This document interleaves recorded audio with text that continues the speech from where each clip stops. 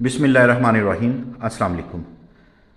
ਦੋਸਤੋ ਦੁਨੀਆ ਦੇ ਵਿੱਚ ਸਭ ਤੋਂ ਜ਼ਿਆਦਾ ਡਿਮਾਂਡ ਦੁੱਧ ਤੇ ਗੋਸ਼ਤ ਦੀ ਹੈ ਤੇ ਇਹ ਡਿਮਾਂਡ ਦਿਨ ਬ ਦਿਨ ਵਧ ਰਹੀ ਹੈ। ਜਦੋਂ ਦੁੱਧ ਤੇ ਗੋਸ਼ਤ ਦੀ ਜ਼ਰੂਰਤ ਮੁਸਲਸਲ ਵਧ ਰਹੀ ਹੈ ਤੇ ਫਿਰ ਬੱਕਰੀ ਫਾਰਮਿੰਗ ਦੇ ਵਿੱਚ ਨੁਕਸਾਨ ਕਿਵੇਂ ਹੋ ਸਕਦਾ ਹੈ। ਲਾਈਵ ਸਟਾਕ ਦਾ ਕਾਰੋਬਾਰ ਸਹੀ ਤਰੀਕੇ ਦੇ ਨਾਲ ਕੀਤਾ ਜਾਏ ਤੇ ਇਹ ਇੱਕ ਮਹਿਫੂਜ਼ ਕਾਰੋਬਾਰ ਹੋ ਸਕਦਾ ਹੈ, ਕਿਉਂਕਿ ਜਾਨਵਰਾਂ ਦੀ ਗਰੋਥ ਤੇਜ਼ੀ ਦੇ ਨਾਲ ਹੁੰਦੀ ਹੈ ਤੇ ਉਹਨਾਂ ਤੋਂ ਦੁੱਧ ਤੇ ਗੋਸ਼ਤ ਦੋਨੋਂ ਹਾਸਲ ਹੁੰਦੇ ਨੇ। ਖਾਸ ਤੌਰ ਤੇ ਬੱਕਰੀਆਂ ਦੀ ਗਰੋਥ ਤੇ ਅਫਜ਼ਾਇਸ਼ ਨਸਲ ਦਾ ਸਾਈਕਲ ਵੀ ਕਾਫੀ ਤੇਜ਼ ਹੈ। ਜੇ ਤੁਸੀਂ ਜਾਨਵਰਾਂ ਦੀ ਖੁਰਾਕ, ਸਿਹਤ ਤੇ ਬਰੀਡਿੰਗ ਦਾ ਸਹੀ ਇੰਤਜ਼ਾਮ ਕਰੋ ਤੇ ਹੌਲੀ ਹੌਲੀ ਤੁਹਾਡੇ ਜਾਨਵਰਾਂ ਦੀ ਤਾਦਾਦ ਵੱਧਦੀ ਰਹਿੰਦੀ ਹੈ। ਤੇ ਮਾਸ਼ਾਅੱਲਾ ਹਰ ਸਾਲ ਦੁਨੀਆ ਦੇ ਵਿੱਚ ਕਰੋੜਾਂ ਜਾਨਵਰ ਗੋਸ਼ਤ ਲਈ ਜ਼ਿਬਾ ਕੀਤੇ ਜਾਂਦੇ ਨੇ ਤੇ ਅਸੀਂ ਪੂਰਾ ਸਾਲ ਗੋਸ਼ਤ ਖਾਂਦੇ ਹਾਂ, ਪਰ ਇਸ ਦੇ ਬਾਵਜੂਦ ਗੋਸ਼ਤ ਦੀ ਡਿਮਾਂਡ ਪੂਰੀ ਕਿਉਂ ਨਹੀਂ ਹੋ ਰਹੀ।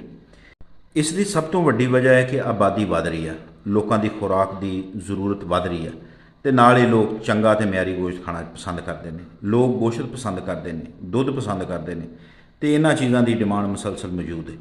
ਇਸ ਲਈ ਜੇ ਤੁਸੀਂ ਲਾਈਵ ਸਟਾਕ ਫਾਰਮਿੰਗ ਨੂੰ ਸਿਰਫ ਜਾਨਵਰ ਪਾਲਣ ਦੀ ਬਜਾਏ ਇੱਕ ਮੁਕੰਮਲ ਕਾਰੋਬਾਰ ਸਮਝ ਕੇ ਕਰੋ, ਖੁਰਾਕ ਦਾ ਖਰਚਾ ਕੰਟਰੋਲ ਕਰੋ, ਜਾਨਵਰਾਂ ਦੀ ਸਿਹਤ ਦਾ ਖਿਆਲ ਰੱਖੋ, ਬਰੀਡਿੰਗ ਤੇ ਸੇਲ ਜਾਨਵਰਾਂ ਦੀ ਜਿਹੜੀ ਆ ਉਹਦਾ ਸਹੀ ਪਲਾਨ ਬਣਾਓ, ਇਨਸ਼ਾਅੱਲਾ ਇਹ ਕਾਰੋਬਾਰ ਤੁਹਾਡੇ ਲਈ ਚੰਗਾ ਜ਼ਰੀਆ ਆਮਦਨ ਬਣ ਸਕਦਾ ਹੈ। ਲੇਕਿਨ ਇਹ ਵੀ ਗੱਲ ਯਾਦ ਰੱਖੋ, ਕੋਈ ਵੀ ਕਾਰੋਬਾਰ 100% ਰਿਸਕ ਫਰੀ ਨਹੀਂ ਹੁੰਦਾ। ਲਾਈਫ ਸਟਾਕ ਵਿੱਚ ਵੀ ਨੁਕਸਾਨ ਹੋ ਸਕਦਾ ਹੈ। ਜੇ ਖੁਰਾਕ ਮਹਿੰਗੀ ਹੋ ਜਾਏ, ਜਾਨਵਰ ਬਿਮਾਰ ਹੋ ਜਾਣ, ਬਰੀਡਿੰਗ ਸਹੀ ਨਾ ਹੋਵੇ ਜਾਂ ਮੈਨੇਜਮੈਂਟ ਕਮਜ਼ੋਰ ਹੋਵੇ। ਅਸਲ ਕਾਮਯਾਬੀ ਇਹ ਹੈ ਕਿ ਜਾਨਵਰ ਖਰੀਦਣ ਤੋਂ ਪਹਿਲਾਂ ਹਿਸਾਬ ਕਿਤਾਬ ਕਰੋ, ਖੁਰਾਕ ਦਾ ਪਲਾਨ ਬਣਾਓ ਤੇ ਮਾਰਕੀਟ ਨੂੰ ਸਮਝੋ।